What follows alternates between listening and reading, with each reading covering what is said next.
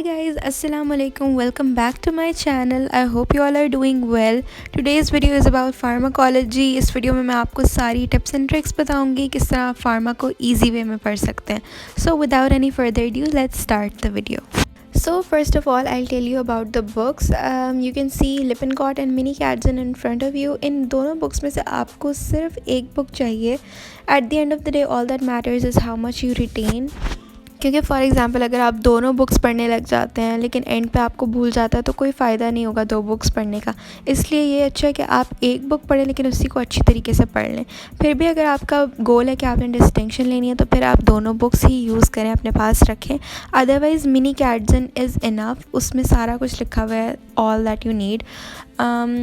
And another thing I want to tell you is that आपको जो general pharma के chapters हैं वो आपको लिपिनकॉट में ज़्यादा अच्छे मिलेंगे. वहाँ पे ज़्यादा अच्छा लिखा हुआ है, इजी वर्डिंग है. लेकिन बाकी जो सारे चैप्टर्स हैं वो मिनी कैडसन में भी अच्छे लिखे हुए हैं. So it all depends on you कि आपको कौन सी बुक से पढ़ना कंफर्टेबल लग रहा है. लेकिन आप एक बुक भी यूज़ करें तो you can get very good marks. So the next point is about YouTube channels. We all know they play a big part in our preparation. So pharma के लिए मैंने जिन यूट्यूब चैनल से help ली थी वो है Speed Pharmacology, doctor Najeeb, Selfless Medicos and Brainless Medicos. इनकी वीडियोस बहुत अच्छी होती हैं. स्पीड फार्माकोलॉजी की वीडियोस काफ़ी प्रिसाइज होती हैं, सो रिवीजन के लिए बहुत अच्छी हैं. अगर आपने इन डिटेल समझनी है चीज़ों को तो फिर आप बाकी 3 यूट्यूब चैनल से समझ सकते हैं. आपका मेन गोल तो यही होना चाहिए कि आपको कॉलेज में ही अच्छे तरीके से समझ आ जाए टॉपिक. लेकिन कभी अगर मिस हो जाता है या टीचर की समझ नहीं आती then you can always come to these YouTube channels and watch their videos. They are very nice. बहुत अच्छे नोट्स भी बन जाते हैं और आपको टॉपिक भी अच्छे तरीके से समझ आ जाता है. प्लस इनमें ब्रेनलेस मेडिकोज़ और सेल्फलेस मेडिकोज़ तो आपको काफ़ी सारे निमोनिक्स भी बता देती हैं. So that also helps a lot. So pharma के क्वेश्चंस डिफ़िकल्ट नहीं होते, काफ़ी पेट क्वेश्चंस ही होते हैं मोस्टली जो आते हैं. पास पेपर्स में से भी होते हैं. इंपॉर्टेंट क्वेश्चंस अक्सर तो टीचर क्लास में ही बता देते हैं. जब वो पढ़ा रहे होते हैं तभी आपको साथ साथ पॉइंट्स बता देते हैं कि ये MCQ में आ सकता है, ये SCQ में आता है. तो उस टाइम पे just try to be alert. और जो मैम बोलें कि ये इंपॉर्टेंट है, किसी पॉइंट पर अगर एम्फेसाइज़ कर रही हैं या बता रही हैं डायरेक्टली कि ये SCQ में आता है तो फ़ौरन अपने रजिस्टर पर नोट कर लें कि ये एक इम्पॉर्टेंट क्वेश्चन है. टेस्ट में अक्सर वही क्वेश्चंस आते हैं जो टीचर्स ने ऑलरेडी बताए हुए होते हैं. तो अगर आप सिर्फ वही रिवाइज़ कर लें तो आपका टेस्ट आराम से पास हो जाता है. और जब भी टीचर कोई इंपॉर्टेंट स्लाइड दिखा रही होती है तो आप उसकी पिक्चर ले लिया करें और फिर बाद में उसको अपने रजिस्टर में लिख लिया करें. Okay, so always do step up. If you don't know what step up is, वो पास पेपर की एक बुक होती है, उसमें सारे पास पेपर के क्वेश्चंस होते हैं. तो आप जब भी कोई टेस्ट आपका हो, एग्ज़ाम हो, उससे पहले स्टेप अप ज़रूर करें. अगर आप सिर्फ स्टेप अप और वो टीचर वाले इंपॉर्टेंट क्वेश्चंस ही कर लेते हैं ना तो आपका आराम से पास हो जाता है टेस्ट. ठीक है, अच्छे मार्क्स से पास हो जाएगा. इसलिए कभी भी कुछ भी छोड़ दें लेकिन पास पेपर मत छोड़ना.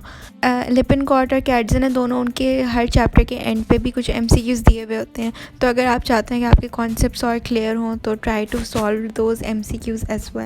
Now this is a very important point. Guys, please try to make your own notes. क्योंकि आप जितना भी किसी और के नोट से पढ़ लेना लेकिन आपको कभी भी कंफर्टेबल फील नहीं होगा. काफ़ी चीज़ें लोग अपने अकॉर्डिंग लिखते हैं अपने नोट्स में तो आपको वो समझ नहीं आएंगी. अगर आपने ख़ुद लिखा हुआ होगा तो आपको फिर समझ आएंगे. You can always have a look at other people's notes और थोड़ा सा आइडिया वगैरह ले लें लेकिन ख़ुद लिखें और ख़ुद बनाएं. That would be more useful for you. Pharma के बारे में आपने अक्सर सुना होगा कि वो भूलती बहुत है, बहुत मुश्किल है. Actually guys this is just my point of view, but I think कि फ़ार्मा मुश्किल नहीं है लेकिन ऑब्वियसली भूलती बहुत ज़्यादा है. तो उसके लिए आप क्या कर सकते हैं, you can use different techniques to memorize all those names of the drugs. I know difficult होता है क्योंकि बहुत सारे ड्रग्स के नेम है और एंड पे मिक्सअप हो जाते हैं लेकिन you just need to know the right technique for it. जैसे सबसे पहले आप जब भी कोई टॉपिक पढ़ते हैं तो उसके ड्रग्स के नाम आप लिख लें और स्टिकी नोट्स पे लिख के अपने सामने कहीं भी मिरर पे या स्टडी टेबल के आगे उसको पेस्ट कर दें. और फिर आते जाते जैसे ही आपको नज़र पड़ती है उन पे तो एक दफ़ा रिवाइज़ कर लिया करें. इस तरह आपको क्या सिर्फ 2-3 सेकेंड ही लगेंगे रिवाइज़ करने में, बट वो छोटी सी एफ़र्ट भी आपको लॉन्ग टर्म में काफ़ी फ़ायदा देगी. We all know about active recall and space repetition. और उसके अलावा आपको सोने से पहले भी एक दफ़ा ड्रग्स के नाम रिवाइज़ करके फिर सोना है। So these are some of the points. इन तीनों चीज़ों को आप अगर कंबाइन करके एक अपना स्केड्यूल बना लें, एक रूटीन बना लें कि मैंने ड्रग्स के नाम जो है वो पेस्ट करके रखे हुए हैं अपने सामने, और मैंने आते जाते भी रिवाइज़ करना है, सोने से पहले भी रिवाइज़ करना है, और ऐसे ही नहीं बस देख के रीड नहीं करना, उसको एक्टिवली रिकॉल करना है जो भी नाम है ड्रग्स के जो आपको भूल रहा है, तो उसको बार बार रिवाइज़ करें। इस तरह आपको ड्रग्स के नाम एंड तक याद रहेंगे और भूलेंगे नहीं। Making mnemonics is also a very useful technique. आप जैसे साइड इफ़ेक्ट्स वगैरह हैं तो उनके निमोनिक्स बना सकते हैं, ड्रग्स के नेम के भी बना सकते हैं, लेकिन मैंने ज़्यादा बनाए थे जो साइड इफ़ेक्ट्स होते हैं, स्पेसिफिक साइड इफ़ेक्ट्स होते हैं ड्रग्स के, तो उनके निमोनिक्स बना लेती थी, उससे बहुत ईजी हो जाता था मेरे लिए उन सबको याद रखना। इसके अलावा आप लोग ये भी कर सकते हैं कि ड्रग्स के जो नेम है उनको किसी ऑब्जेक्ट के नेम से एसोसिएट करके फिर याद करें। जब आप किसी चीज़ को दूसरी चीज़ से एसोसिएट करके याद करते हैं तो फिर वो आपको लॉन्ग टर्म याद रहती है। Now these are some of the points that you need to remember about every important drug. Obviously सब ड्रग्स की हर इन्फॉर्मेशन याद नहीं करनी होती, लेकिन जो इंपॉर्टेंट ड्रग्स हैं उनका आपको mechanism of action, adverse effects, classification, जो क्लिनिकल यूजेस हैं और कॉन्ट्राइंडिकेशंस ये आनी चाहिए, क्योंकि यही आपको एससीक्यू में आते हैं, इन्हीं में से एमसीक्यूज भी बनते हैं, वाइवा में भी these are asked a lot, इसलिए आपको ये सब आना चाहिए। अच्छा guys, so I want to mention this book. ये मैंने खुद यूज़ नहीं की, लेकिन कुछ दिनों पहले मैंने अपनी कॉलेज की बुक शॉप पे देखी थी and I actually really liked it. मैंने इसे खोल के देखा तो ये फ्लैश कार्ड्स हैं, इसमें एक साइड पे एक सिनेरियो दिया हुआ होता है और फिर नेक्स्ट पेज पर उसका आंसर लिखा हुआ होता है। It's quite interesting.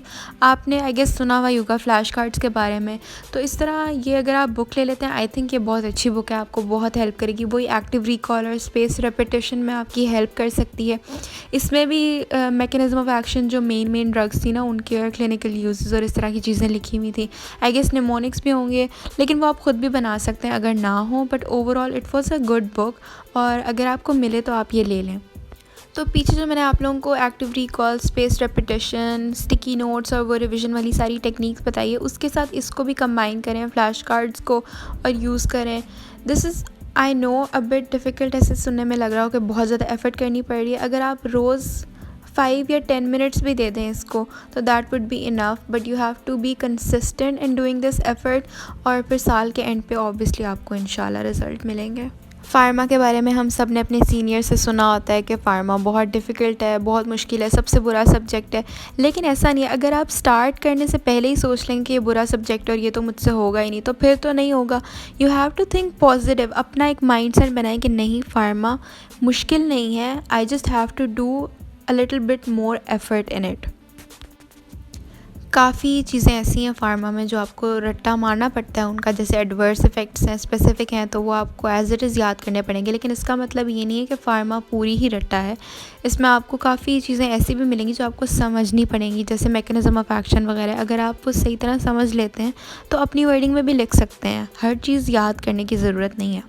But most important thing is your mindset. अगर आप शुरू से ही अपना माइंडसेट नेगेटिव बनाओगे तो फिर आपको पूरा साल फ़ार्मा सबसे बुरी लगेगी, और अगर आप शुरू से ही अपना एक पॉजिटिव माइंडसेट लेके चलेंगे तो फिर आपको सबसे आपका फेवरेट सब्जेक्ट भी फ़ार्मा हो सकता है। जैसे मेरा पूरे साल में सबसे फेवरेट सब्जेक्ट फ़ार्मा था। I know it was difficult and I had to do a lot of effort in it, लेकिन फिर भी I enjoyed it and I loved studying it. Another point that I want to share with you is, कभी कभी ऐसा होता है कि काफ़ी सारे लेक्चर जब आप कॉन्टीन्यूसली ले रहे होते हैं, उसके बाद फार्मा का लेक्चर हो तो आपसे बिल्कुल कॉन्सेंट्रेट नहीं किया जा रहा होता, इवन तो अगर कोई इंपॉर्टेंट टॉपिक भी है, and even if you are trying, तो भी आप इतना थक गए होते हैं कि आपको समझ ही नहीं आ रहा होता, सिंपल चीज़ें भी समझ नहीं आ रही होती हैं। तो मेरे साथ जब भी कोई ऐसी सिचुएशन होती थी, मैं अपना फ़ोन का रिकॉर्डर ऑन कर देती थी। Obviously teachers are speaking in mic, तो आपको आवाज़ आ जाती है अगर आप दूर भी बैठे हैं। मैं अपना रिकॉर्डर ऑन करके रख देती थी साइड पे, तो उससे वो लेक्चर पूरा रिकॉर्ड हो जाता था। आई ट्राइड टू कॉन्सेंट्रेट, जितना मुझसे हो सकता था मैं समझ लेती थी, लेकिन उसके बाद मैं घर आके दोबारा वो पूरी रिकॉर्डिंग चला के ना, आपके पास स्लाइड्स होती हैं तो लैपटॉप पे आप स्लाइड्स लगा लें और फिर साइड पे वो रिकॉर्डिंग ऑन करके और वो सारा लेक्चर दोबारा से सुने। जब आप सो के और अच्छे फ्रेश माइंड के साथ वो दोबारा लेक्चर सुनेंगे तो वही चीज़ें जो आपको कॉलेज में नहीं समझ आ रही होती उस टाइम पे, आपको घर पे समझ आ जाएंगी। and again it all depends on how much effort you're willing to put in it. So these were all the tips and tricks from my side about pharmacology. If you have any other questions, you can comment down below or you can message me on Instagram. And please don't forget to like this video. काफ़ी effort लगती है इन videos को बनाने में, so just hit the like button so that I know that you like this video and it was helpful for you guys.